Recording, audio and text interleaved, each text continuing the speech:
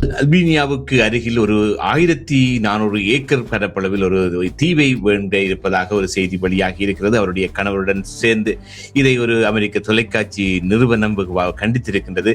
ஏனென்று சொன்னால் அமெரிக்க மக்களின் வாழ்வாதாரங்கள் பாதிக்கப்பட்டு வாழ்க்கை செலவுக்கே திண்டாடி கொண்டிருக்கின்ற நிலையில் இப்படியாக ஒரு ஆடம்பர தீவை இவர்கள் வாங்க நினைத்திருப்பது அமெரிக்க மக்களிடையே ஒரு தேவைப்படாத ஒரு விடயமாகத்தான் பார்க்கப்படுகின்றது. எவ்வாறு ஒரு ஜனாதிபதியின் அதிகாரத்தை அவரது குடும்பத்தினர் பாவிக்கின்றார்கள் என்பதை நிரூபிப்பதற்கான செயற்பாடுகளாக அமைகின்றன. இந்த அல்பேனியா நாட்டுக்கு சொந்தமான இந்த தீவை இவர்கள் அந்த பாதையால் தங்களது உல்லாச படகில் செல்கின்ற பொழுது அல்லது உல்லாச கப்பலில் பயணிக்கின்ற பொழுது கண்ணுற்றதாகவும் மிக அழகிய தீவு என அதனை வாங்குவதற்கான முயற்சியில் அந்த அல்பேனியா அரசாங்கத்தை அவர்கள் பணிய வைத்து விட்டார்கள்.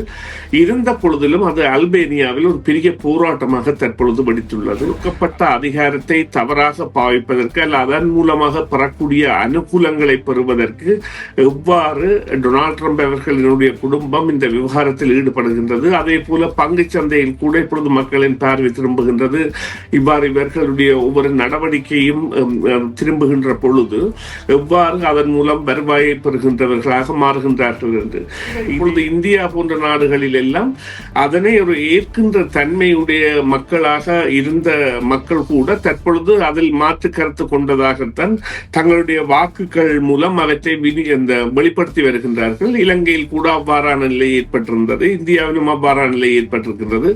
இவ்வாறு இந்த பல நாடுகளிலும் இவ்வாறான நிலைமைகள் ஏற்படுவது என்பது அதாவது ஜனநாயக விரோத செயற்பாடாக இருந்தால் கூட அவற்றிற்கான மீள்வினையை மக்களே கொடுப்பதாக அந்த வாக்குத்தான் அதனை தெரிவிப்பதாகவும் சில நாடுகளில் மக்கள் போராட்டங்களாக வெடித்து அவர்களை அரசு கட்டளையில் இருந்து தூக்கி எறிவதாக கூட இடம்பெற்றிருக்கின்றது. அதுதான் உண்மை.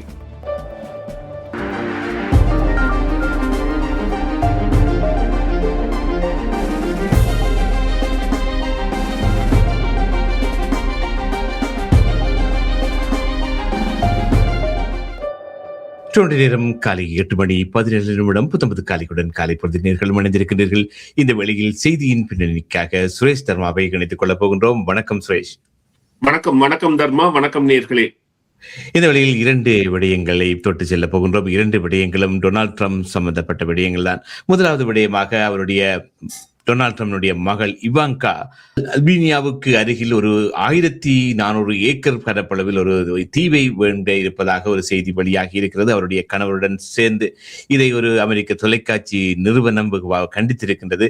ஏனென்று சொன்னால் அமெரிக்க மக்களின் வாழ்வாதாரங்கள் பாதிக்கப்பட்டு வாழ்க்கை செலவுக்கே திண்டாடி கொண்டிருக்கின்ற நிலையில் இப்படியாக ஒரு ஆடம்பர தீவை இவர்கள் வாங்க நினைத்திருப்பது அமெரிக்க மக்களிடையே ஒரு தேவைப்படாத ஒரு விடயமாகத்தான் பார்க்கப்படுகின்றது. ஆகவே இப்படி பார்க்கின்ற பொழுது இந்த அமெரிக்காவிலே வாழ்க்கை செலவு நெருக்கடி அதிகரித்து வருகின்ற நிலையில் இந்த தீவின் ஆடம்பர தீவின் முதலீடு பொதுமக்களின் பார்வையில் என்ன மாதிரியான ஒரு தாக்கத்தை ஏற்படுத்தும் என்று நீங்கள் எதிர்பார்க்கின்றீர்கள்? இது உண்மையிலேயே இந்த பொதுமக்கள் என்பதை விட உலகளாவிய ரீதியில் எவ்வாறு ஒரு ஜனாதிபதியின் அதிகாரத்தை அவரது குடும்பத்தினர் பாவிக்கின்றார்கள் என்பதை நிரூபிப்பதற்கான செயற்பாடுகளாக அமைகின்றன. இந்த அல்பேனியா நாட்டுக்கு சொந்தமான இந்த தீவை இவர்கள் அந்த பாதையால் தங்களது உல்லாச படகில் செல்கின்ற பொழுது அல்லது உல்லாச கப்பலில் பயணிக்கின்ற பொழுது கண்ணுற்றதாகவும் மிக அழகிய தீவு என அதனை வாங்குவதற்கான முயற்சியில் அந்த அல்பேனியா அரசாங்கத்தை அவர்கள் பணிய வைத்து விட்டார்கள். இருந்த பொழுதிலும் அது அல்பேனியாவில் ஒரு பெரிய போராட்டமாக தற்பொழுது வெடித்துள்ளது.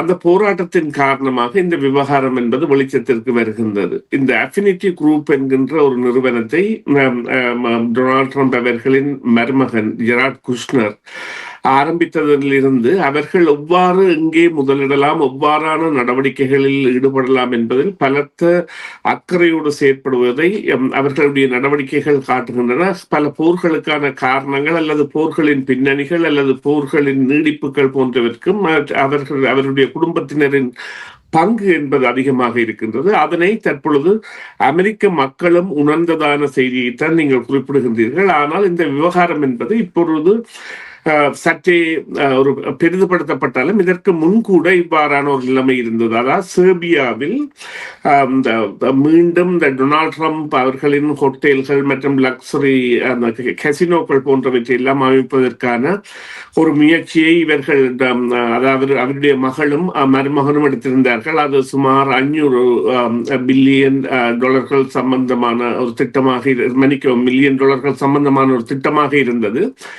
இருந்த பொழுதிலும் அங்கு கூட எதிர்ப்புகள் கிளம்பியிருந்தன. அதன் காரணமாக அவர்கள் அதனை இந்த கைவிடுகின்ற நிலைக்கு வந்திருந்தார்கள். இப்பொழுது கூட அல்பேனியாவில் இவ்வாறானது ஒரு நடவடிக்கைகள் இவர்கள் இறங்குவதற்கான எதிர்ப்பு கிளம்பியதை அடுத்து அமெரிக்காவில் இவர்களுடைய அந்த, அதாவது கன்ஃபிளிக்ட் ஆஃப் இன்ட்ரெஸ்ட், அதாவது தங்களுடைய ஒரு கொடுக்கப்பட்ட அதிகாரத்தை தவறாக பாவிப்பதற்கு அல்ல அதன் மூலமாக பெறக்கூடிய அனுகூலங்களை பெறுவதற்கு எவ்வாறு டொனால்ட் ட்ரம்ப் அவர்களினுடைய குடும்பம் இந்த விவகாரத்தில் ஈடுபடுகின்றது. அதே போல பங்கு சந்தையில் கூட இப்பொழுது மக்களின் பார்வை திரும்புகின்றது. இவ்வாறு இவர்களுடைய ஒவ்வொரு நடவடிக்கையும் திரும்புகின்ற பொழுது எவ்வாறு அதன் மூலம் வருவாயை பெறுகின்றவர்களாக மாறுகின்றார்கள் என்று. இதே மத்திய கிழக்கில் போர் இடம்பெறுகின்ற பொழுது சவுதி அரேபியா மற்றும் ஐக்கிய அரபு ராச்சியம் ஆகியவற்றில் பெரிய முதலீடுகளை மேற்கொண்ட நிறுவனமாக இவர்களுடைய நிறுவனம் இருக்கின்றது. குறிப்பாக அந்த முஸ்லிம் 2 நாடுகளிலும் சுமார் 2 அல்லது 3 பில்லியன் டாலர்கள் அளவிலான சொத்துக்களை பராமரிப்பதற்கான தகுதியை அல்லது அவற்றை தொடர்ந்து பேணுவதற்கான அனுமதியை பெற்றவர்களாக இருக்கின்ற விவகாரம் என்பது தற்பொழுது இவர்கள் இந்த ஜனாதிபதி என்கின்ற அதியுச்ச அதிகாரத்தில் டொனால்ட் ட்ரம்ப் இருக்கின்ற பொழுது தங்களுக்கு, அதாவது தங்களுக்கு வரப்புக்கு மீறிய அளவில் சொத்துக்களை சேர்க்கின்றார்களா அல்லது அதிகாரங்களை பிரயோகிக்கின்றார்களா போன்றவை இப்பொழுது கண்காணிக்கப்படுகின்ற விடயங்களாக மாறி வருகின்றன என்பதுதான் உங்களுடைய கேள்விக்கான சுருக்கமான பதிலாக இருக்கும். பொதுவாகவே இந்த உலக அரசியலில் குடும்ப உறுப்பினர்கள் சொத்துக்கள் சேர்ப்பது என்பது இப்பொழுது வழக்கமாகிவிட்டது. அது நாங்கள் எங்களுடைய தாய் நாட்டிலுமே நாங்கள் கண்கூட காணக்கூடியதாக இருந்தது. இந்திய அரசியலும் சரி, இந்த குடும்பம் அரசியலுக்கு வருவது தங்களுடைய பரம்பரைக்கும் சொத்துக்கள் சேர்ப்பதற்கு. ஆனால் இதற்கேற்ற மாதிரி இந்த தலைவர்களின் அந்த வெளிநாட்டு கொள்கைகளையும் அவர்கள் வகுத்துக் கொள்கிறார்கள். ஏதோ ஒரு காரணத்துக்காக இந்த சொத்துக்களை சேர்க்க வேண்டும் என்பதற்காக வெளிநாட்டுகளுடன் இடம்பெறுகின்ற ஒப்பந்தங்களோ அல்லது வியாபாரத்தில் ஏற்படுகின்ற ஒப்பந்தங்களை கூட அவர்கள் தங்களுக்கு சொத்துக்களை சேர்க்கின்ற மாதிரி தான் ஏற்படுத்திக் கொள்கிறார்கள். இந்த குடும்ப சொத்து சேர்த்தல், அதாவது தங்களுக்கான மக்களுக்கான சொத்துக்களை விட்டுவிட்டு, நாட்டு நலனை விட்டுவிட்டு ஒரு ஒருமுகப்படுத்தப்பட்ட சொத்துக்கள் சேர்க்கின்ற அந்த பாரம்பரியம் உலக நாடுகளில் தொடர்ந்து நிலைக்குமா என்று நீங்கள் எதிர்பார்க்கின்றீர்களா? இல்லை, நிச்சயமாக அவை கேள்விக்குறியாக்கப்படுவதும் அவ்வாறான தலைமைகள் என்பன தூக்கி எறியப்படுவதும் நாங்கள் கண்ட விடயங்களாக இருக்கின்றன. எனவே அவ்வாறான இடங்களில் மாற்றங்கள் ஏற்படுகின்ற பொழுது அவை நிச்சயமாக மக்கள் புரட்சியாக மாற்றங்கள் ஏற்படுவதுதான் வழமை.